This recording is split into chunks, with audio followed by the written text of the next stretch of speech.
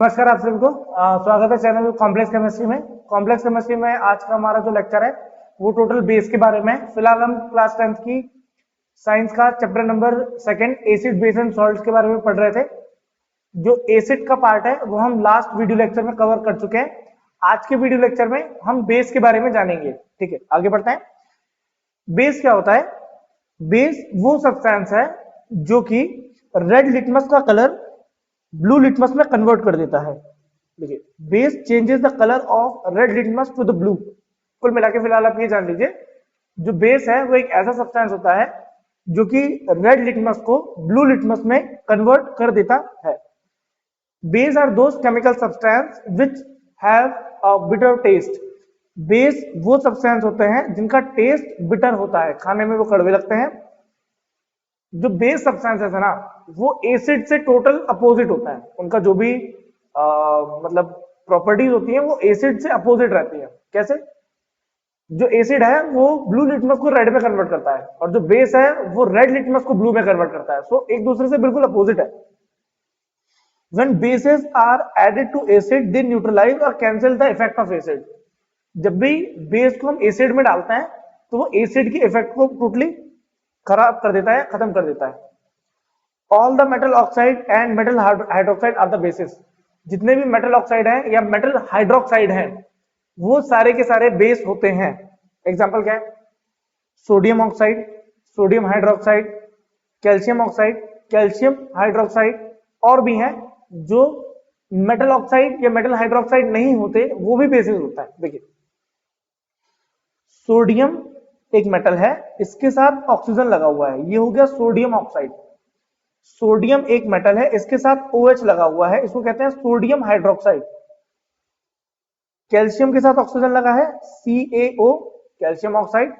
Calcium एक metal है, इसके साथ OH लगा हुआ है, ये हाइड्रोक्साइड है।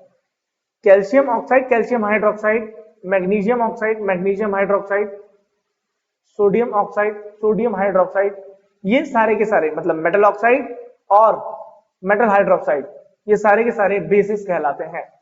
कुछ ऐसे भी सब्सटेंस होते हैं जो कि मेटल हाइड्रोक्साइड या मेटल ऑक्साइड नहीं होते तो भी वो बेसिस कहलाते हैं। एग्जांपल्स क्या है? Ammonium hydroxide. अमोनियम क्या होता है? NH4 अमोनियम है, इसमें आपने OH लगा दिया, इसको कहते हैं अमोनियम हाइड्रोक्साइड। अमोनियम हाइड्रोक्साइड भी क्या कहलाता है? एक प्रकार का बेस कहलाता है। इसके अलावा metal carbonate, metal hydrogen carbonate, ये भी एक प्रकार के बेसिस हैं। एग्जांपल क्या है? Na2CO3, इसको कहते हैं सोडियम कार्बोनेट, या NaHCO3 सोडियम हाइड्रोजन कार्बोनेट या सोडियम बाइकार्बोनेट कहते हैं इसे। कैल्शियम कार्बोनेट CaCO3 या कैल्शियम हाइड्रोजन कार्बोनेट CaHCO3, ये भी सब्सटेंस क्या कहलाते हैं? बेस कहलाते हैं। तो कुल मिला के metal hydroxide, metal oxide, metal carbonate, metal hydrogen carbonate और कुछ जैसे कि अमोनियम हाइड्रोक्साइड, ये सारे के सारे सब्सटेंस बेसिक सब्सटेंस है। ठीक है, मैंने आपको लास्ट वीडियो लेक्चर में कहा था कि बेस और एल्किली में क्या अंतर होता है। देखिए, कुछ बेसिस वाटर सॉल्युबल होते हैं, कुछ बेसिस वाटर सॉल्युबल होते हैं। ऐसे बेसिस जो वाटर के अंदर सॉल्युबल हो जाएं, उन बेसिस को हम एल्किली कहते हैं। या ऐसे बेसिस जब हम बेस को पानी के अंदर सॉल्युबल कर देते हैं या डिसॉल्व कर देते हैं, उसके बाद जो बेस का एक्वस सॉल्यूशन बनता है उसको हम एल्किली कहते हैं। देखिए, आगे जानते हैं। वाटर सॉल्युबल बेसिस को हम एल्किली कहते हैं। एग्जांपल जैसे कि दिया हुआ है आगे, base which is soluble in water is called alkali. ऐसे बेसिस जो वाटर के अंदर सॉल्युबल होता है उसको हम एल्किली कहते हैं। एग्जांपल, सोडियम हाइड्रोक्साइड NaOH को पानी में डालेंगे तो वो सॉल्युबल होगा। Potassium hydroxide KOH, calcium hydroxide CaOH का whole twice, ammonium hydroxide NH4OH और मैग्नीशियम हाइड्रोक्साइड MgOH का होल ट्वाइस। ऐसे सब्सटेंस को हम एल्किली कहते हैं क्योंकि ये पानी के अंदर सॉल्युबल होते हैं। आगे बढ़ते हैं। सारे बेसिस के अंदर कॉमन क्या होता है?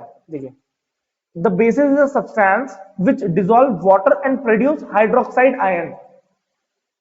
बेस को जब भी हम पानी के अंदर डिसॉल्व करेंगे तो वो पानी के अंदर जाने के बाद हाइड्रोक्साइड आयन रिलीज करता है। एग्जांपल क्या है?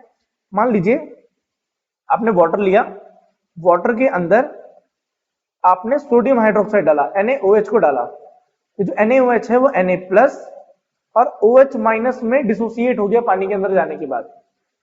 तो बेस वो सब्सटेंस है जो पानी के अंदर जाने के बाद OH माइनस आयन रिलीज करे, हाइड्रोक्साइड आयन रिलीज करे, ऐसे सब्सटेंस को हम बेस कहते हैं।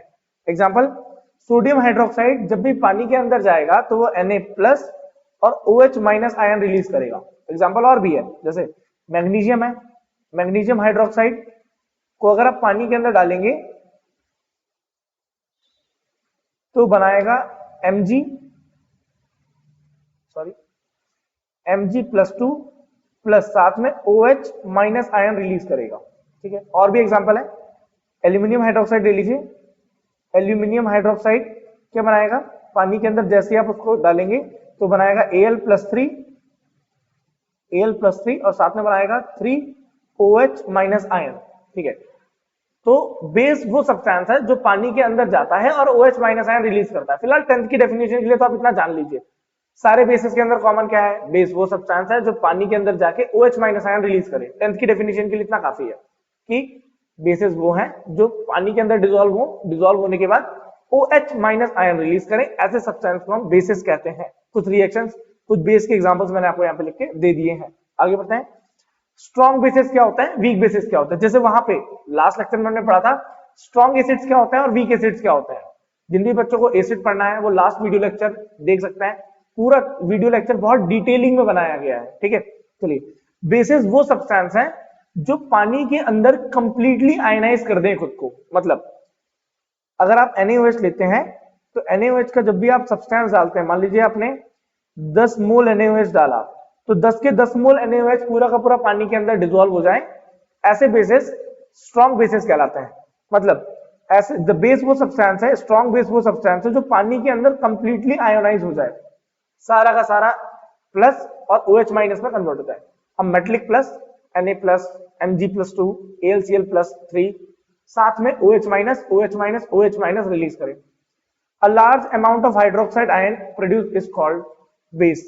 ऐसे सब्सटेंस को हम बेस कहते हैं। ठीक है, एग्जांपल क्या है स्ट्रॉन्ग बेसिस के, स्ट्रॉन्ग बेसिस के एग्जांपल है NaOH, KOH और भी एग्जांपल्स हैं। ठीक है, तो हमारे पास कुल मिला के देखिए यहाँ पे डायग्राम भी बना के यहाँ पे दिया हुआ है कि आपने NaOH पानी के अंदर डाला, वो Na प्लस और OH माइनस में कन्वर्ट हो रहा है। जो बेस है वो सब्सटेंस Na प्लस और OH माइनस में अंदर जाके बट जा रहा है। ठीक है, वीक बेसिस के बारे में बात करते हैं।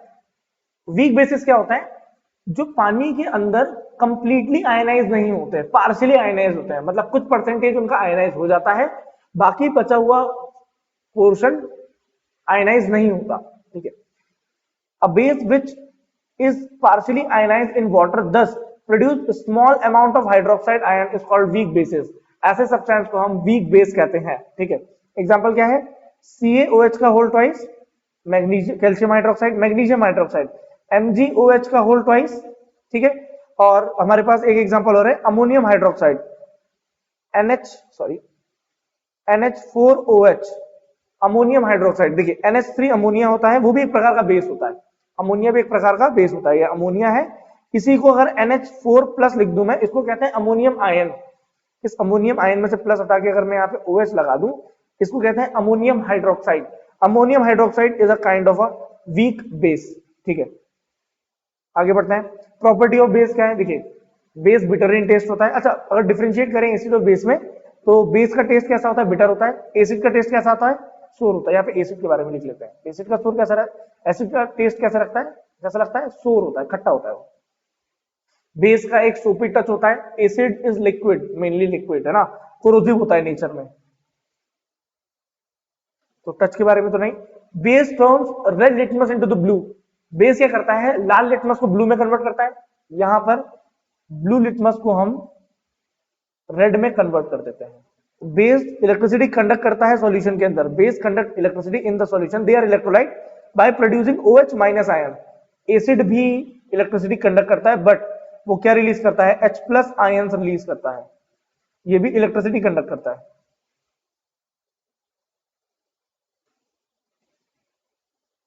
ये भी इलेक्ट्रिसिटी क्या करता है, कंडक्ट करता है। ठीक है, आगे बढ़ते हैं। अब हम आ गए हैं केमिकल प्रॉपर्टीज पर। Chemical properties. ठीक है, चलिए। Base react with metal to form hydrogen gas. Base जब भी मेटल के साथ रिएक्शन करता है तो हाइड्रोजन गैस बनाता है। देखिए बता रहा हूं, मान लीजिए एक बेस ले लिया आपने, कोई भी एक बेस ले लिया, वो बेस जब भी मेटल के साथ रिएक्शन करेगा तो बनाएगा एक सॉल्ट, सॉरी यहां मैंने प्लस लगा दिया, बनाएगा सॉल्ट और साथ में बनाएगा हाइड्रोजन गैस जो कि वहां से इवॉल्व हो जाएगी। इसके लिए हम एक एग्जांपल ले लेते हैं। एग्जांपल क्या है, एक बेस ले लिया हमने NaOH, NaOH का एक्वस फॉर्म लिया है। एक्वस फॉर्म का क्या मतलब है, एक्वस सॉल्यूशन लिया है, मतलब NaOH को लेना है और पानी में डिसॉल्व कर देना है ऐसे स्टिर करके। ठीक है, इसके साथ हमने एक मेटल ले लिया, दैट इज जिंक, जो कि सॉलिड है, जिंक मेटल ले लिया। जब भी आपस में रिएक्शन करेगा ना तो बनाएगा सॉल्ट। वो सॉल्ट क्या है, दैट इज Na2ZnO2, इसको कहते हैं सोडियम जिंकेट, और साथ में बनाएगा हाइड्रोजन गैस जो कि रिलीज हो जाएगी, हाइड्रोजन गैस।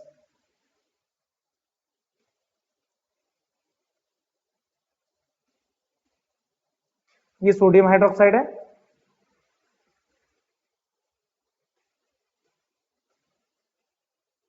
ये जिंक मेटल है। ठीक है, तो कोई भी मेटल बेस के साथ रिएक्शन करेगा तो एक तो पहले सॉल्ट बना लेगा, साथ में वो हाइड्रोजन गैस रिलीज कर देता है। ठीक है, अगली केमिकल प्रॉपर्टी देखते हैं। Base when react with acid to form salt and hydrogen gas, salt and water, sorry. इस रिएक्शन को हम पहले भी पढ़ चुके हैं। इस रिएक्शन को हम न्यूट्रलाइजेशन रिएक्शन कहते हैं, NEUTRALIZATION, neutralisation reaction. Neutralisation reaction क्या होती है, मेरे ख्याल में आप सभी को मालूम होगा। जब भी एसिड और बेस आपस में रिएक्शन करते हैं तो वो सॉल्ट प्लस वाटर बनाते हैं। ठीक है, तो एग्जांपल ले लेते हैं हम यहाँ पे। NaOH जब भी रिएक्शन करेगा HCl के साथ तो बनाएगा NaCl प्लस वाटर।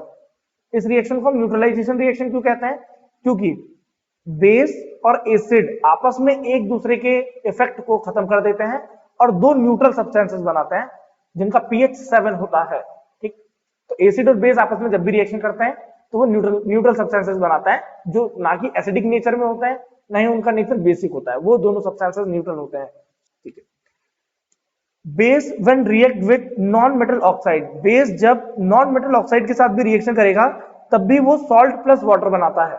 एग्जांपल क्या है, हमारे पास जब भी बेस मतलब NaOH मान लेते हैं, जब भी रिएक्शन करेगा नॉन मेटल ऑक्साइड के साथ, नॉन मेटल ऑक्साइड क्या होते हैं, जैसे कि मान लेते हैं हमारे पास हमने ले लिया यहाँ पे CO2, नॉन मेटल ऑक्साइड है, रिएक्शन करेगा तो बनाएगा Na2CO3, सोडियम कार्बोनेट, और साथ में निकाल देगा वाटर H2O। ठीक, अब इसको बैलेंस कर लेते हैं। तो सोडियम हमारे पास कितना है, 2, यहां पर 2 आ जाएगा। हमारे पास हाइड्रोजन है यहाँ पे 2, हाइड्रोजन भी 2 हो गया। कार्बन हमारे पास 1 है, कार्बन भी हमारे पास 1 हो गया। और यहां से अगर देखा जाए, हम ऑक्सीजन को देख लेते हैं, तो ऑक्सीजन हमारे पास 2 और 2 4 ऑक्सीजन है, तो ऑक्सीजन में 3 और 1 4 ऑक्सीजन है। ठीक है, आगे बढ़ते हैं। कैल्शियम हाइड्रोक्साइड CaOH का होल ट्वाइस, कैल्शियम हाइड्रोक्साइड भी अगर कार्बन डाइऑक्साइड गैस जो कि एक नॉन मेटेलिक ऑक्साइड है, what is non metallic oxide, carbon एक नॉन मेटल है, इसके साथ आपने ऑक्सीजन लगा दिया है तो इसको हम कहते हैं नॉन मेटेलिक ऑक्साइड। जब भी कार्बन डाइऑक्साइड के साथ रिएक्शन होगा तो बनाएगा CaCO3 प्लस वाटर। ठीक, तो कैल्शियम कितना है, 1, कैल्शियम है 1, कार्बन है 1, कार्बन है 1, हाइड्रोजन कितना है बेटा, 2, हाइड्रोजन 2 है हमारे पास, और ऑक्सीजन कितना है, 2 और 2 4, तो ऑक्सीजन कितना है हमारे पास, 3 और 1 4। तो यहां पर भी हमारे पास ये बैलेंस फॉर्म में है। तो जब भी हमारे पास बेस कभी भी नॉन मेटेलिक ऑक्साइड के साथ, नॉन मेटेलिक ऑक्साइड के साथ अगर रिएक्शन करेंगे तो सबसे पहले सॉल्ट बनाएंगे और सॉल्ट के साथ वाटर का फॉर्मेशन करेंगे। तो जैसे कि एग्जांपल क्या लिया हमने, एग्जांपल हमने लिया कैल्शियम हाइड्रोक्साइड, इसका रिएक्शन हमने किया कार्बन डाइऑक्साइड के साथ, तो बनाएगा कैल्शियम कार्बोनेट, बनाएगा कैल्शियम कार्बोनेट और साथ में बनाएगा वाटर। एक और एग्जांपल जो ऊपर लिया है that is sodium hydroxide,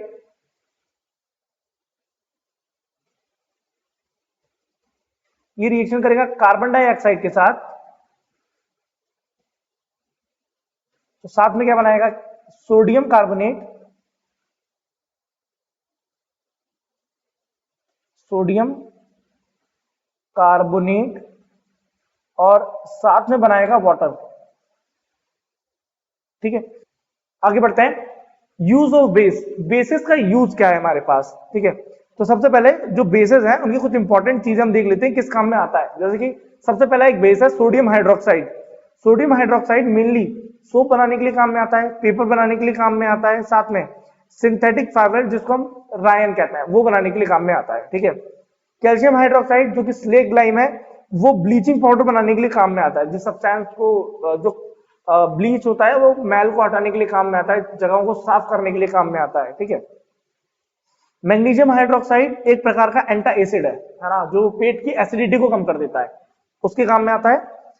sodium carbonate is use for white wash, sodium carbonate है वो वॉशिंग सोडा, सॉरी मैंने व्हाइट वॉश कह दिया, वॉशिंग सोडा के रूप में यूज करते हैं for softening the hard water, hard water को सॉफ्ट बना देता है। सोडियम हाइड्रोजन कार्बोनेट एक बेकिंग सोडा की तरह भी काम करता है, वो खाने में डालते हैं जिसको हम एंटा एसिड की तरह भी काम करता है, जिससे एसिडिटी हम क्योर कर लेते हैं ना। चलिए आगे बढ़ते हैं। अब आते हैं हम स्ट्रेंथ ऑफ एसिड और बेस, मतलब इससे पहले अभी हमने बेस खत्म कर लिया, वहां पे एसिड और बेस अब हमारा खत्म हो चुका है। यहां पर हम क्या पढ़ने वाले हैं, पीएच स्केल के बारे में पढ़ने वाले हैं। What is pH? PH refers to power of hydrogen, एक ऐसा स्केल जो हाइड्रोजन की पावर को दिखाए, ऐसा स्केल जो हाइड्रोजन की पावर को दिखाए उसको हम पीएच स्केल कहते हैं। ठीक है, सबसे पहले वाटर एक ऐसा सब्सटेंस है जिसमें H+ आयन भी होता है और OH- आयन भी होता है। जैसे कि एक बीकर में अगर आपने पानी लिया हुआ है तो जो वाटर है ना, जो वाटर का मॉलिक्यूल है H2O, वो किसमें टूटा हुआ होता है, H+ और OH- आयन में ऑलरेडी बटा हुआ होता है। ठीक है, तो वाटर एक ऐसा सब्सटेंस है जिसमें इक्वल अमाउंट में H+ आयन भी होता है और OH- आयन भी होता है। ठीक, चलिए in pure water the concentration of H+ ion मतलब हाइड्रोजन आयन और concentration of hydroxide ion are equal. ऐसा कोई भी सॉल्यूशन या ऐसा कोई भी सब्सटेंस नहीं है, और पानी ही इकलौता सब्सटेंस है जहां पे हाइड्रोजन आयन और हाइड्रोक्साइड आयन दोनों इक्वल अमाउंट में पाए जाते हैं। Due to this pure water is neither acidic nor basic. देखिए एसिड की डेफिनेशन हमने क्या पढ़ी थी, एसिड वो है जिसके पास H+ आयन है, बेस क्या है, जिसके पास OH- आयन है। अगर इसके पास H+ आयन ज्यादा हो जाए तो वो एसिड है, जिसके पास OH- आयन ज्यादा हो जाए वो बेस है। अब मान लीजिए दोनों इक्वल अमाउंट में है, फिर क्या होगा, H+ OH- दोनों एक दूसरे के इफेक्ट को कम कर देंगे, मतलब एसिड और बेस दोनों एक दूसरे के इफेक्ट को जीरो कर देंगे, +-0, plus H+ OH- cancel, H+ OH- cancel, ये आपस में ही H+ और OH- आयन एक दूसरे को काट देते हैं और न्यूट्रल हो जाते हैं। तो water is a substance which is neutral, तो यहाँ पे लिखा हुआ इट इज न्यूट्रल। ये क्या होता है, न्यूट्रल होता है, क्योंकि इसके पास ना OH- आयन ज्यादा होते हैं ना H+ आयन ज्यादा होते हैं। ठीक है, आगे बढ़ते हैं। Acid produces hydrogen ion in water. जब भी आप एसिड को पानी के अंदर डालते हैं, अब सुनिए मेरी बात, बीकर है, मान लेते हैं बीकर में थोड़ा सा पानी पहले से है, इसमें H+ और OH- आयन मतलब जो पानी है वो टूट जाता है H+ आयन और OH- आयन में। ठीक है, अच्छा जैसे ही इसके अंदर आप कोई एसिड ऐड करेंगे तो H+ आयन की कंसंट्रेशन बढ़ जाएंगे। कैसे, देखिए वाटर का जो मॉलिक्यूल है वो H+ और OH- आयन इक्वल अमाउंट में रखते हैं।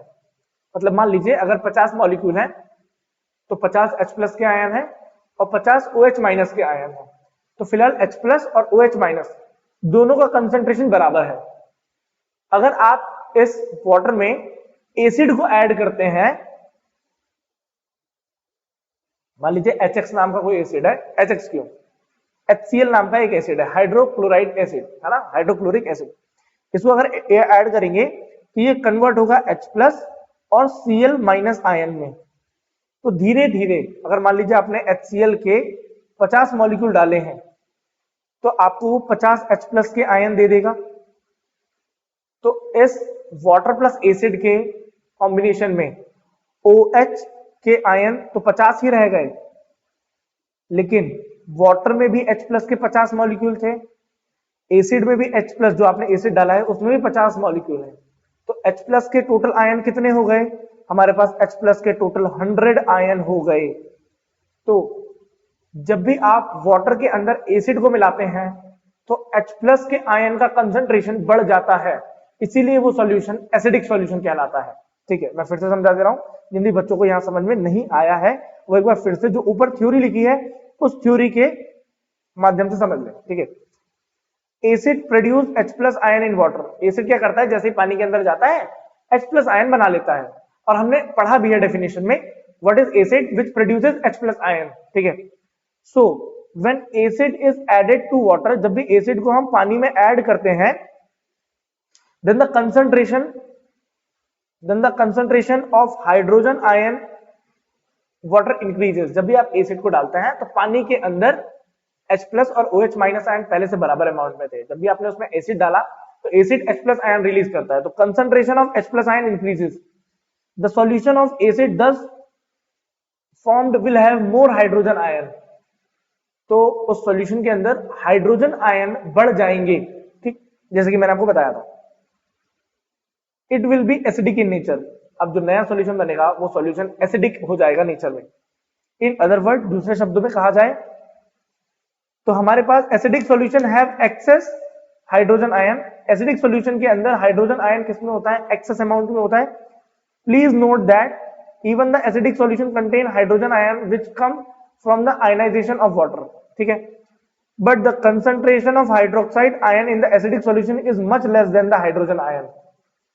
जब भी आप पानी के अंदर एसिड मिलाते हैं तो H प्लस आयन का कंसंट्रेशन तो बढ़ जाता है, उसके कंपैरिजन में OH माइनस आयन कम रह जाते हैं। वही बात वो यहां बोल रहा है, मतलब जब भी आप पानी के अंदर एसिड मिलाते हैं तो H प्लस आयन बढ़ता है और OH माइनस आयन का कंसंट्रेशन कम रह जाता है।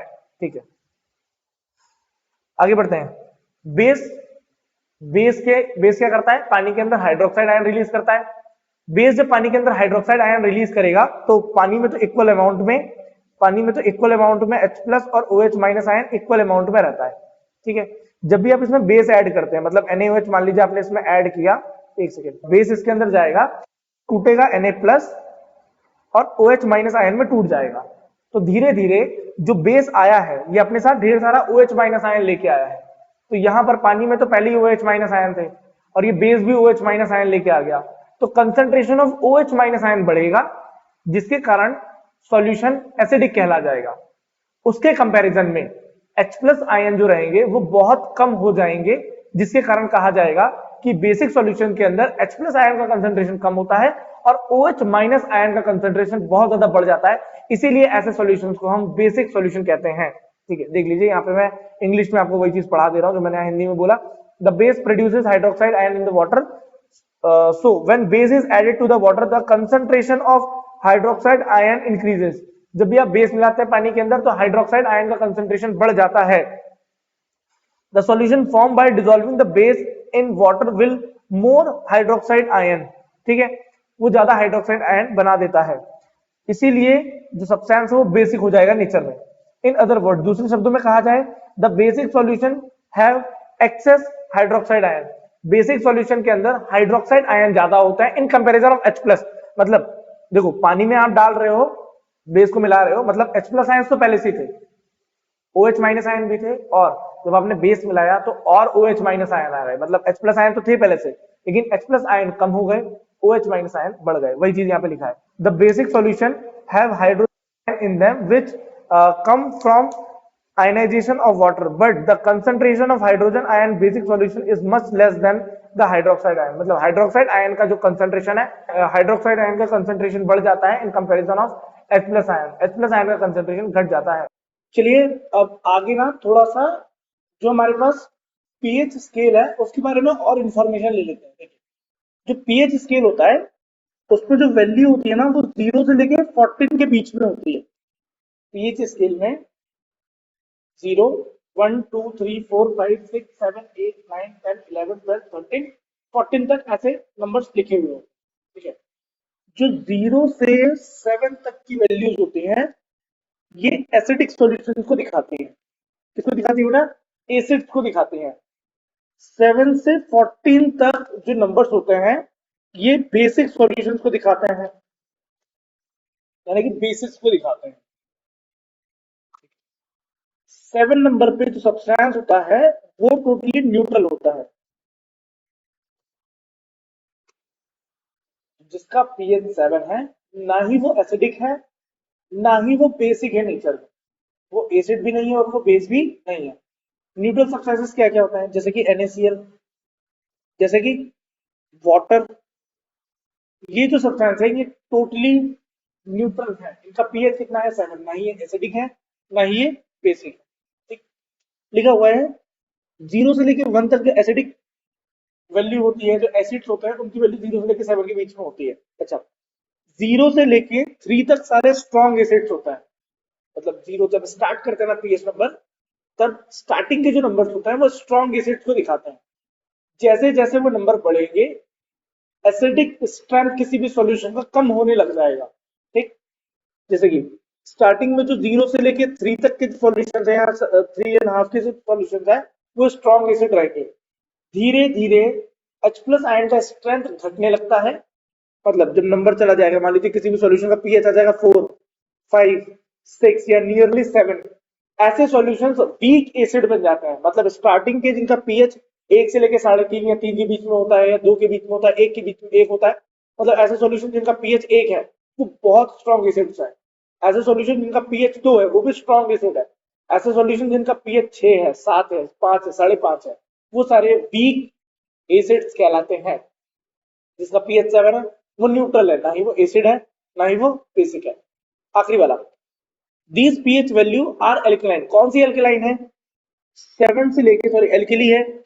7 से लेके 14 तक वाली बेसिस है. बेसिस या एल्कली बोलते हैं, जिसको हमने पढ़ लिया था एल्कली क्या होता है. स्टार्ट जब करते हैं ना 7 के बाद 8 आता है, 8, 9, 10, ये सब वीक बेसिस होता है. और जैसे ही आप 14 के पास जाते हैं, जैसे 11, 12, 13, 14, तो 13, 14 है, ये सब स्ट्रॉन्ग बेसिस कहलाता है. तो कुल मिला के जो पीएच स्केल है वो 0 से लेकर 14 तक जाता है. 0 से जब वो स्टार्ट होता है तो वो स्ट्रॉन्ग एसिड होता है. स्ट्रॉन्ग एसिड खत्म होता है तो वो वीक एसिड होने लग जाता है. फिर बीच में न्यूट्रल. न्यूट्रल के बाद वो होता है वीक बेसिस. वीक बेसिस होने के बाद जैसे वो 30, 40 तक पहुंचता है वो स्ट्रॉन्ग बेसिस बन जाता है. तो स्ट्रॉन्ग एसिड, स्ट्रॉन्ग एसिड के बाद weak acid, neutral, weak bases, फिर वो स्ट्रॉन्ग बेसिस में कन्वर्ट. तो यहां पर अगर देखा जाए जैसे जैसे आप 1 के पास या 0 के पास जाते हो तो एसिडिक नेचर इंक्रीज करता है, और जैसे ही आप 14 के पास जाते हो तो बेसिक नेचर इंक्रीज करता है. मतलब जैसे जैसे आप 1 के पास जाते हो तो H प्लस आयन का कंसेंट्रेशन बढ़ता है, और जैसे जैसे आप 14 के पास जाते हो तो OH माइनस आयन का कंसेंट्रेशन बढ़ता है.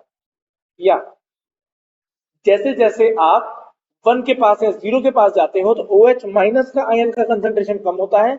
जैसे जैसे आप 14 के पास जाते हो तो H प्लस आयन का कंसेंट्रेशन कम हो जाता है. मेरे ख्याल में आपको समझ में आ गया होगा. 1 के पास स्ट्रॉन्ग एसिड है, स्ट्रॉन्ग एसिड मतलब ज्यादा H प्लस आयन. 14 के पास स्ट्रॉन्ग बेस होता है तो ज्यादा OH माइनस आयन. ठीक, बहुत सिंपल सा थ्योरी है. आगे बढ़ते हैं. Universal indicators. यूनिवर्सल इंडिकेटर्स क्या होते हैं?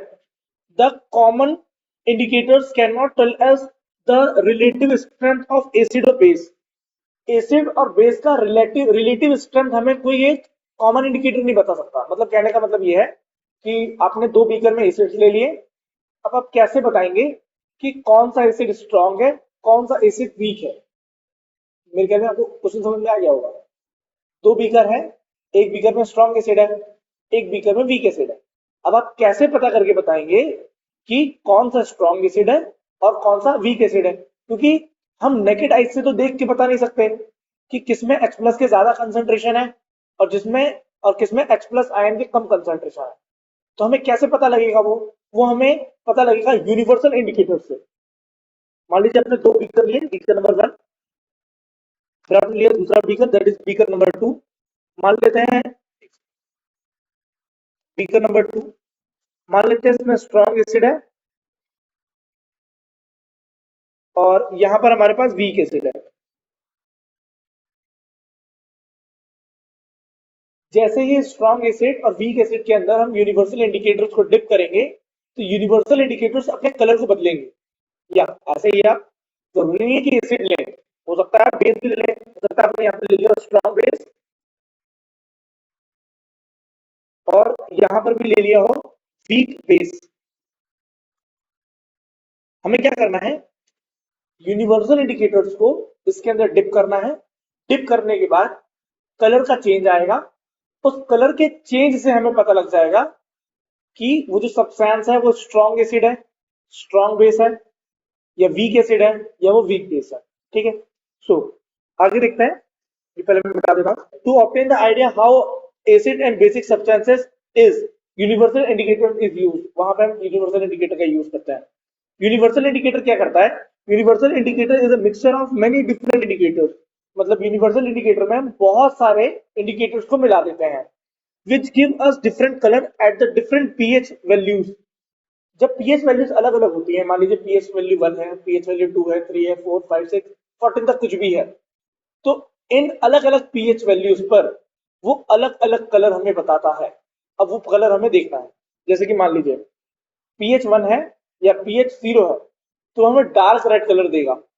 मान लीजिए pH 1 है तो हमें रेड कलर देगा, pH 2 है तो भी रेड कलर देगा, pH 3 है, 4 है, 5 है, तब तक हमें वो ऑरेंज या येलो कलर देगा। तो कुल मिला के आप ये जान लीजिए, जब भी pH 0 से 7 के बीच में होता है तब कलर रेड, मेनली रेड ही आता है। जब बहुत ज्यादा स्ट्रांग होता है, जब pH 0, 1, 2 ऐसा रहता है तो रेड कलर आता है। फिर कलर धीरे से ऑरेंज हो जाता है, फिर या तो कलर आपके पास येलो आएगा। मतलब जो भी एसिडिक सॉल्यूशंस है उनके अंदर अगर आप यूनिवर्सल इंडिकेटर को डुबाते हैं तो वो या तो रेड कलर देते हैं, या तो ऑरेंज कलर देते हैं, या तो वो येलो कलर दिखाते हैं। ठीक, आगे जब भी बेसिक सॉल्यूशंस आएंगे, मतलब 7 से लेके 14 तक, तो जो सॉल्यूशन है वो green, blue, blue, purple, dark purple, violet colour दिखाएगा। मतलब कितने कलर दिखाएगा? ब्लू कलर, या तो पर्पल कलर, या तो वो हमें वॉयलेट कलर दिखाएगा। तो हमें वॉयलेट कलर दिखाएगा। 7 पर, 7 मतलब जहां पर न्यूट्रल होता है, 7, 8, इन सब पे जो हमें कलर देता है वो ग्रीन कलर दिखाता है। यूनिवर्सल इंडिकेटर, मान लीजिए पानी के अंदर आप डुबाएंगे तो हमें कौन सा कलर देगा? ग्रीन कलर देगा, जिससे हमें ये समझ में आ जाएगा कि हाँ ये यहाँ पे जो सॉल्यूशन है वो न्यूट्रल है या वो पानी है। ठीक है, तो 0 से लेके 7 के बीच में हमें कौन सा कलर देता है? रेड, ऑरेंज या येलो। और 7 से लेके 14 के बीच में हमें कौन से कलर देता है? वो ब्लू कलर, पर्पल कलर या वॉयलेट कलर देता है। पर्पल कलर देता है। 7 या 8 पे हमें ग्रीन कलर देता है, जिससे हमें ये पता चलता है कि जो भी सॉल्यूशन है वो न्यूट्रल है। ठीक है, आगे बढ़ते हैं। यहाँ पे ये स्केल बना के दिया हुआ है अंदर। ठीक है, जो मैंने आपको स्केल समझाया था।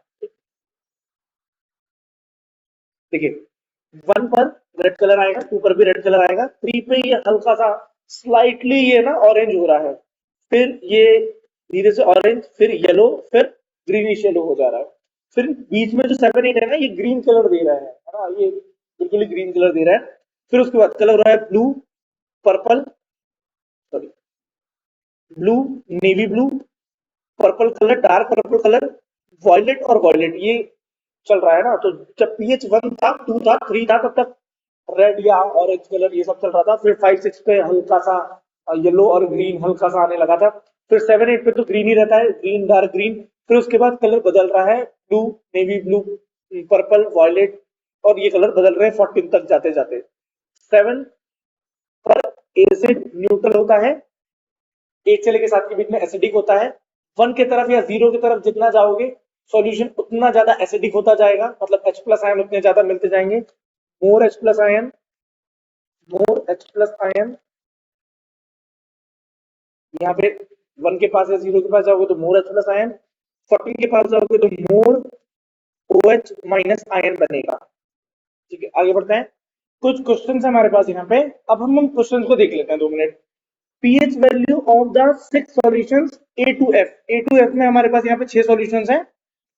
ये जो 6 सॉल्यूशंस हैं इनका पीएच हमें यहाँ पे गिवन है। अब आपको ये बताना है कि कौन सा एसिडिक है, कौन सा बेसिक है। तो बहुत सिंपल सा है, जीरो। जीरो क्या होगा, एसिडिक होगा, क्योंकि 7 से कम पीएच है, 7 से कम पीएच वाले एसिडिक होता है। तो जो ए है वो 0 है, ये एसिडिक है। बी 11 है, 11 मतलब बेसिक, 7 से ऊपर है ना, 7 से ऊपर वाले बेसिक सॉल्यूशन होता है, बेसिक वही है। सी कितना है, 6, 6 मतलब बेटा ये क्या है, एसिडिक है। ठीक है, डी कितना है, 3, ये भी एसिड है, जिसका पीएच 7 या 7 से कम हो, तो 3 7 से कम होता है। ई कितना है, 13, ये भी एक प्रकार का स्ट्रॉन्ग बेस है।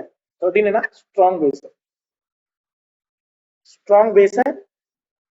F17, F8 है, ये हमारे पास क्या है, बेस है। स्ट्रॉन्ग बेस नहीं है लेकिन बेस है, वीक बेस है, वीक बेस है। जैसे पीएच कितना है, 0, तो वो एसिडिक है, स्ट्रॉन्ग एसिड है भाई, स्ट्रॉन्ग एसिड है, मैंने लिखा नहीं आता, स्ट्रॉन्ग एसिड है। 11 है पीएच, एक प्रकार का स्ट्रॉन्ग बेस ही मान लीजिए, या मॉडरेट बेस मान लीजिए, वैसे थोड़ा स्ट्रॉन्ग ही कहलाएगा। 6 है, वीक एसिड है। 3 है, हाँ एक अच्छा एसिड है, स्ट्रॉन्ग एसिड के अंदर ही हम काउंट करेंगे उसको। ठीक है, separate the following into, next question है, separate the following substance having pH above और बिलो 7। ये जो सब्सटेंसेस हैं इनका पीएच बताना है, इनमें से किसका पीएच 7 से कम है, किसका पीएच 7 से ज्यादा है। How this influence the litmus paper, और ये लिटमस पेपर पे कैसा रिएक्शन देंगे। देखिए एसिड जो होता है वो ब्लू लिटमस को रेड में कन्वर्ट कर देता है, और जो बेस होता है वो रेड लिटमस को ब्लू में कन्वर्ट कर देता है। ठीक है, देखिए जैसे लेमन जूस, लेमन जूस एक प्रकार का एसिड है, इसका पीएच लेस देन 7 होगा, मैं यहाँ पे लिख दे रहा हूं लेस देन 7 होगा, और ये ब्लू लिटमस को रेड में कन्वर्ट कर देगा। ठीक है, washing soda, washing soda is a type of base, मतलब इसका पीएच मोर देन 7 होगा, और ये क्या करेगा, ये रेड लिटमस को ब्लू में कन्वर्ट कर देगा। टूथपेस्ट, टूथपेस्ट एक प्रकार का बेसिक सब्सटेंस होता है, मतलब इसका जो पीएच है मोर देन 7 रहेगा, मोर देन 7 रहेगा।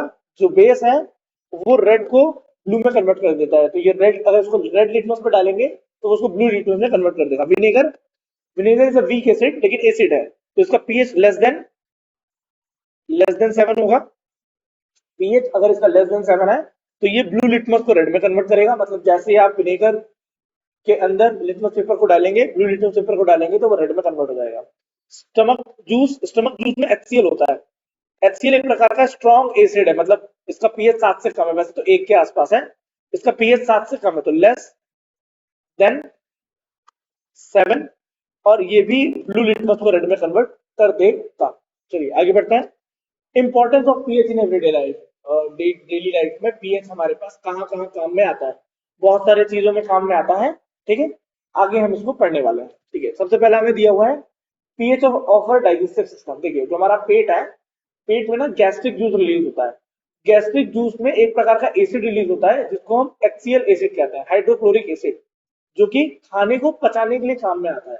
जो हमारे पास एसिड होता है HCl, वो एक तो खाने को रिड्यूस कर देता है, जो उसके माइक्रोब्स है ना, माइक्रोब्स को भी किल करने का काम करता है। ठीक है, देखिए दिया हुआ है, in our stomach acid medium due to which secrete HCl help in digestion of our food, हमारे खाने को पचाने के लिए HCl की आवश्यकता पड़ती है, जो कि हमारा पेट रिलीज करता है, गैस्ट्रिक जूस के साथ में वो रिलीज होता है। At the time when we suffer from indigestion which also led excess acid formation in the stomach, जब भी अपच हो जाती है, जब भी खाना हमारा पचता नहीं है उस कंडीशन में क्या होता है, एसिड ज्यादा बनने लगता है, वी फील अनकंफर्टेबल, हमें थोड़ा सा अनकंफर्टेबल लगने लगता है क्योंकि एसिड ज्यादा बन रहा है, एसिडिटी हो गई है हमें, ठीक है। तो करते क्या है, एसिडिटी को कम करने के लिए, मतलब पेट के अंदर अपच हो रहा है, खाना पच नहीं रहा है, उस अपच से बचाने के लिए ज्यादा एसिड रिलीज होने लगता है। जब एसिड ज्यादा रिलीज होने लगता है तो हमें अनकंफर्टेबल सा लगता है, कच्ची डकारें आने लगती हैं, मतलब ऐसा होता है सर्दी वाली होली में ज्यादा खा लो तो ऐसा ही होता है थोड़ा सा। तो इसकी जगह पे हम क्या यूज करते हैं, एंटा एसिड यूज करते हैं। व्हाट इज एंटा एसिड, देखिए जो वर्ड एंटा है ना, देखिए जो वर्ड एंटा है वो एंटी से मिलकर बना है,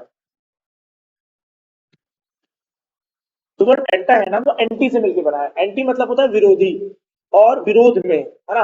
और एसिड, तो एसिड का विरोधी हो, एसिड का विरोधी क्या है, बेस, तो antacid are basic substance. Antacid क्या होता है, एंटा एसिड एक प्रकार के बेसिस होता है, ठीक है, जिसको हम कंज्यूम करते हैं, वो बेस का सॉल्यूशन पेट के अंदर जाता है, जो पेट में एक्सेस एसिड, जो ज्यादा एसिड निकल गया है, उस एसिड के साथ रिएक्शन करता है और पेट को न्यूट्रल कर देता है, मतलब जो एक्सेस एसिड हमारे पास आ गया है उस एसिड को न्यूट्रल कर देता है, जो बहुत कच्ची डकारें आ रही है वो कच्ची डकारें आना बंद हो जाती हैं। एंटा एसिड न्यूट्रलाइज कर देता है एसिड, क्योंकि हमने पढ़ा एसिड और बेस आपस में रिएक्शन करते हैं तो वो सॉल्ट प्लस वाटर बनाता है। तो जब भी एसिडिटी होती है हमें, तो पेट के अंदर जब एसिड ज्यादा होने लगता है, उस कंडीशन में हमें एंटा एसिड कंज्यूम करना पड़ता है। एंटा एसिड बेसिक होता है, वो एसिड से जाकर रिएक्शन करके सॉल्ट प्लस वाटर बनाता है और टेम्परेरी रिलीफ दे देता है, कुछ घंटों के लिए, जो 4 घंटे 3-4 घंटे के लिए रिलीफ हमें मिल जाता है।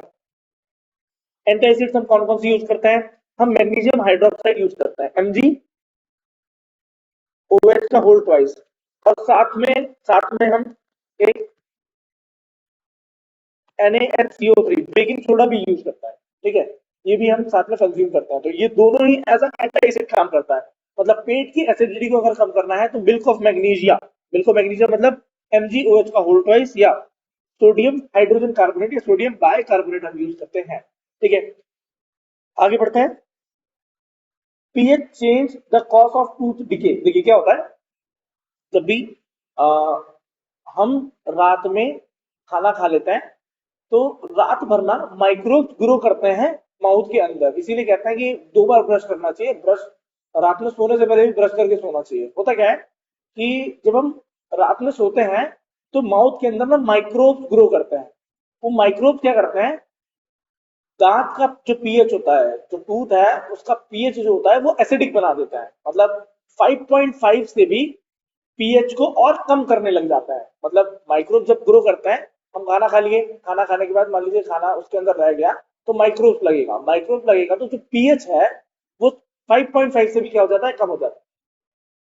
इससे बचने के लिए हम क्या करते हैं, डॉक्टर कहता है कि 2 बार ब्रश करिए, ठीक है, रात में खाना खाने के बाद, सोने से पहले और उठने के बाद सुबह 2 बार ब्रश कीजिए। तो करता क्या है वो, जो टूथपेस्ट होता है वो बेसिक नेचर का होता है, और माउथ के अंदर जो भी माइक्रोब्स के कारण एसिडिटी बन रही है, जो एसिडिक सब्सटेंस जो वहां पे ग्रो कर रहा है ना, माउथ का जो पीएच है वो कम हो रहा है, उस पीएच को बढ़ाने के लिए, मतलब उस एसिडिक पीएच को बेसिक में कन्वर्ट करने के लिए हम टूथपेस्ट का यूज करते हैं। टूथपेस्ट बेसिक होता है, वो एसिड के साथ रिएक्शन करके वहां पे सॉल्ट प्लस वाटर बनाता है, तो वो दांत को न्यूट्रल कर देता है, मतलब माउथ का जो पीएच है उसको न्यूट्रल करने की कोशिश करता है, ठीक है। देखिए यहाँ पे दिया हुआ है, tooth decay start when pH of our mouth fall below 5.5।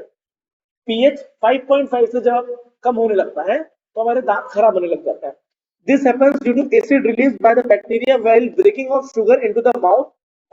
जो हमारा माउथ है उसके अंदर जब भी ब्रेकिंग ऑफ शुगर होगा तो वहां पर बैक्टीरिया के ग्रोथ के कारण पूरा माउथ का पेट एसिडिक हो जाएगा, मतलब 5.5 से और ज्यादा कम होने लगेगा। जो टूथपेस्ट होता है कंटेन माइल्ड बेस, टूथपेस्ट के अंदर माइल्ड बेस होता है, मतलब बहुत ज्यादा स्ट्रॉन्ग बेस नहीं होता है, माइल्ड बेस होता है, ज्यादा बेसिक नहीं होता है, फिर भी थोड़ा सा बेसिक होता है। वो जो माउथ के अंदर का एसिड है ना, उस एसिड को न्यूट्रलाइज कर देता है, जो भी माउथ के अंदर एसिडिक बढ़ रहा है उसको क्या कर देगा, वो न्यूट्रलाइज कर देगा। To prevent the enamel for getting corrode, देखिए जो दांत होता है ना, दांत का सबसे ऊपर वाला लेयर इनेमल कहलाता है। इनेमल जब भी एसिड से रिएक्शन करेगा तो जो अपर लेयर है इनेमल है, वो इनेमल वाली लेयर खराब हो जाएगी। उस इनेमल लेयर को सड़ने से बचाने के लिए हम टूथपेस्ट का यूज करते हैं, जो कि पीएच को मेंटेन करता है 5.5 तक। ठीक है, तो ये यहाँ पे दिया हुआ है silver ion kill bacteria to promote the decay. तो यहाँ पर जो हमारे पास टूथपेस्ट होता है उसमें HgFNH3 का होल फाइज नाम का एक केमिकल यूज करते हैं और फ्लोराइड आयन भी उसके अंदर प्रेजेंट होता है जो कि कैविटी में जो बैक्टीरियल ग्रोथ हो रहा है उसको होने से बचाता है, या जो भी इनेमल है इनेमल को सड़ने से बचाता है। चलिए आगे बढ़ते हैं। नेक्स्ट दिया है प्लांट और एनिमल कैसे पीएच से सेंसिटिव होता है। देखिए our body works between the pH of 7 to 7.8, 7 से 8 के बीच में हमारी बॉडी भी 7 से 8 के पीएच के बीच में हमारी बॉडी भी रहती है। All the living beings are extremely sensitive to pH change. जितने भी एनिमल्स हैं, जितना भी हमारा एनवायरमेंट है, वो पीएच चेंज होने की वजह से बहुत ज्यादा अफेक्टेड हो जाएगा। ठीक है, इसी में एक दिया हुआ है acid rain. What is acid rain? देखिए जो इंडस्ट्रियल पॉल्यूशन है, मतलब sulphur dioxide, nitrogen dioxide, nitrate, ये सब गैसेस इंडस्ट्रियल वेस्ट के तौर पे चिमनीज में से निकलती हैं और वो एयर पॉल्यूशन कॉज करती हैं। जब भी ये गैसेस बारिश के पानी के साथ रिएक्शन करती हैं तो वो एसिड बना लेती हैं। मतलब जैसे SO3 गैस है, SO3 गैस मान लीजिए पानी के साथ रिएक्शन कर गई और बना लिया उसने H2SO4। ये H2SO4 ही रेन के फॉर्म में नीचे गिर जाएगा। इसी को हम एसिड रेन कहता है। मेरे ख्याल में आपको समझ में आ गया होगा एसिड रेन क्या है। जो इंडस्ट्रियल पॉल्यूशन है, इंडस्ट्रियल पॉल्यूशन हवा में जाता है, चिमनीज में से निकलता है, हवा में जाता है, वो पानी के साथ रिएक्शन करता है और एसिड रेन के फॉर्म में नीचे गिर जाता है। ठीक, ये एसिड रेन क्या करता है, जो हमारी सॉइल है, जो हमारी मिट्टी है, उस मिट्टी का पीएच बदल देता है। ठीक है, जो हमारी मिट्टी का पीएच है ना, वो बेसिक होता है। जो हमारी मिट्टी है, जो हमारी धरती है, उसकी जो मिट्टी जिसमें फसल उगती है, जिसमें हम फार्मिंग करता है, उसका जो पीएच होता है वो बेसिक होता है। वो पीएच 7 से ज्यादा होता है। जब भी एसिड रेन होती है, वो मिट्टी में जब एसिड गिरता है तो पूरे के पूरे खेत को एसिडिक बना देती है, जिसके कारण जो फार्मिंग है ना वो करना मुश्किल हो जाता है, क्योंकि ग्रोथ वहां हो नहीं रही होती है प्लांट की। ठीक है, तो एसिड रेन कॉज करता है ये। इससे बचने के लिए हम क्या करते हैं, इससे बचने के लिए जो फार्मर होता है, जैसे ये फार्मर है, यहाँ पे जब एसिड रेन हो जाता है और देखिए यहाँ पे जो पेड़ पौधे हैं पूरे सूख गए, उस मिट्टी के पीएच को फिर से बढ़ाने के लिए, मतलब बारिश हो गई, मिट्टी का पीएच पूरा एसिडिक हो गया है। एसिडिक मतलब पीएच 1 से लेकर 7 के बीच में आ गया, लेकिन पीएच कितना होना चाहिए, बेसिक होना चाहिए, मतलब 7 से ज्यादा होना चाहिए पीएच। तो एसिड आ गया पूरे खेत में। अब इसको बेसिक बनाने के लिए हम क्या करेंगे, या इसको न्यूट्रल करने के लिए हम क्या करेंगे, तो पूरे खेत में एसिड गिर गया। इस एसिड को न्यूट्रल करने के लिए हम कैल्शियम कार्बोनेट का छिड़काव करते हैं। जो फार्मर्स होता है वो कैल्शियम कार्बोनेट पूरे खेत पे ले जाके छिड़क देता है। कैल्शियम कार्बोनेट एक प्रकार का बेसिक सब्सटेंस है, ये मैं आपको कुछ देर पहले चैप्टर में पढ़ा चुका हूँ। ठीक है, ये एसिड और बेस आपस में रिएक्शन करके न्यूट्रलाइजेशन रिएक्शन शो करते हैं। ठीक है, जिससे कि जो हमारे पास खेत है, खेत का पीएच फिर से 7 के ऊपर चला जाए धीरे धीरे। ठीक है, acid rain which cause acid by mixing mixed with acid and thus having pH less than 5.5, क्या करता है वो pH 5.5 से कम बना देता है। when fall into the river, जब यही एसिड या ऐसा मान लीजिए, देखिए क्या होता है, इंडस्ट्रीज में तो बहुत सारा वेस्ट जो होता है वो नदियों में जाता है। ठीक है, इंडस्ट्रीज का जो वेस्ट होता है वो डिस्चार्ज कर देते हैं नदियों के अंदर। वैसे तो कहा जाता है कि वाटर फ्लो जो भी है आप डिस्चार्ज करते हैं वो ट्रीट करके डालना चाहिए, लेकिन फिर भी बहुत सारा जो सब्सटेंस है, जो पॉल्यूशन है, एसिडिक सब्सटेंस है, वो पानी के अंदर चला जाता है। तो पानी का भी पीएच क्या हो जाता है, चेंज हो जाता है। जब रिवर वाटर का पीएच चेंज होगा तो जो एक्वेटिक एनिमल्स है, जो फिशेस हैं, वो बहुत ज्यादा इससे अफेक्ट हो जाती हैं और बहुत सारी मछलियां हैं जो बहुत ज्यादा एक्वेटिक एनिमल्स हैं उनकी भी डेथ हो जाती है। ठीक है, लिया है pH level of the river water and thus kill the aquatic life. Acid rain on plant also kill them and require the pH of soil to thrive. उसको फिर से हमें मेंटेन करना पड़ता है। लास्ट जो है हमारे पास यहाँ पे वो है self defence bye animal and plant through the chemical. अब होता क्या है, जैसे कुछ जो जानवर होता है या जो कुछ प्लांट्स होता है वो अपने डंग में, अपने स्टिंग में एसिड्स या बेसिक सॉल्यूशन रखते हैं अपने सेल्फ डिफेंस के लिए। जैसे कि जो चींटी होती है वो अपने सेल्फ डिफेंस में अपने स्टिंग के अंदर मिथेनोइक एसिड को रखती है। जब भी उसको खतरा लगता है तो वो काट लेती है, तो हमारी बॉडी में मिथेनोइक एसिड आ जाता है और उसके कारण वो बर्निंग जैसा, मतलब खुजली होने लगती है, वहां पे हल्का सा स्वेलिंग आ जाता है। तो which cause extremely burning and irritation, वहां पे इरिटेशन होने लगता है, दिमाग ही पूरा वहीं रहता है, दिन भर वहीं आप घिसते रहेंगे हाथ। व्हेन वास्प जो होता है ना, जब वास्प आपको स्टिंग करता है तो वो एक बेसिक सॉल्यूशन डालता है वहां पे, जब भी अपने डंग में से निकालेगा बेसिक सॉल्यूशन डाल देगा, तो वहां पे फिर आप खुजलाते रहिए दिन भर, यही करना है फिर, और कुछ काम नहीं है आपके पास। बेसिक सॉल्यूशन, तो जैसे मान लीजिए चींटी ने अगर काटा है, तो चींटी एसिडिक सॉल्यूशन दे रही है आपके हाथ पे, तो उसको आप बेस धुल लीजिए, एसिड बेस न्यूट्रलाइज हो जाएगा, आपको जलन होना या सेंसेशन होना बंद हो जाएगा। जब भी वास्प आपको काटेगा ना, तो उस कंडीशन में क्या है, वो बेसिक सॉल्यूशन देके जा रहा है ना, तो आप वहां पे एसिडिक सॉल्यूशन से उसको धुल लीजिए, तो कुछ देर बाद वो न्यूट्रल हो जाएगा अपने आप, ठीक है।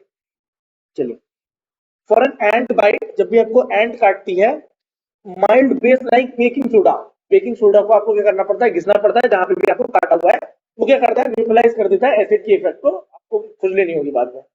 जब भी वास्प स्टिंग करता है, mild acid like vinegar, vinegar से आप उस जगह को धुल लीजिए, वो भी क्या कर देगा, उसको न्यूट्रलाइज कर देगा, क्योंकि वास्प बेस छोड़ के जा रहा है ना, एसिड और बेस आपस में रिएक्शन करेंगे तो वो सॉल्ट प्लस वाटर बनाएगा, न्यूट्रलाइज हो जाएगा, ठीक है। many other animal as well as plant such as nettle plant, जो नेटल प्लांट है वो भी इस चीज का यूज करता है, ठीक है। इस लेक्चर में हमने यहाँ पर बेस जो पढ़ रहे थे वो यहाँ पे कंप्लीट कर लिया है। इसके पहले वाले वीडियो लेक्चर में हमने एसिड कंप्लीट कर लिया है। नेक्स्ट वीडियो लेक्चर में हम सॉल्ट कंप्लीट कर लेंगे। जो भी चैप्टर्स यहाँ पे आपको पढ़ाए जा रहे हैं बहुत डिटेल में नोट्स बना के हर एक टॉपिक को कवर करते हुए आपको पढ़ा रहे हैं, ताकि आपके बोर्ड एग्जामिनेशन में आपको कोई दिक्कत नहीं आएगी। So thank you for joining us. ऐसे ही चैनल पे आते रहिए, पढ़ते रहिए और हमको सपोर्ट करते रहिए। Thank you.